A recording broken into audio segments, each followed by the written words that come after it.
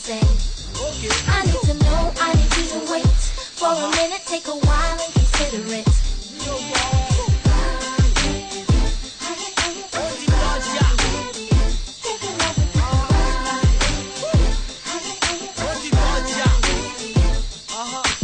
Raindrops are falling and the skies are blue.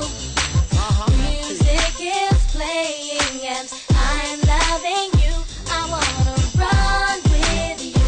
I wanna run with you. Why do we cry ever? Why do we sigh?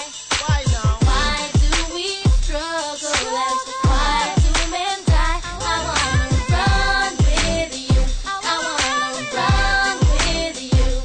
I wanna know the things unsearchable and deep within your heart.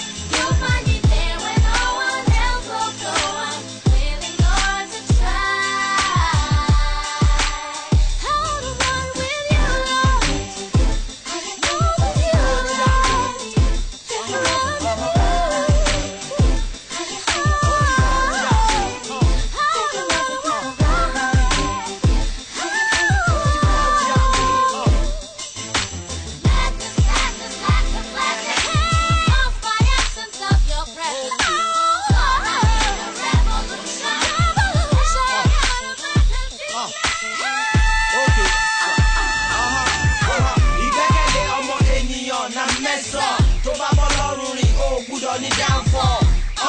I'm still on my tango.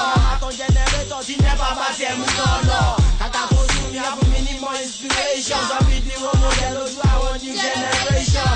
Olúwa o, níyìn ni mo ṣe, ìwọ nìkan ẹ ló gbé ní lékè. Sórí ògùdọ̀ sékè.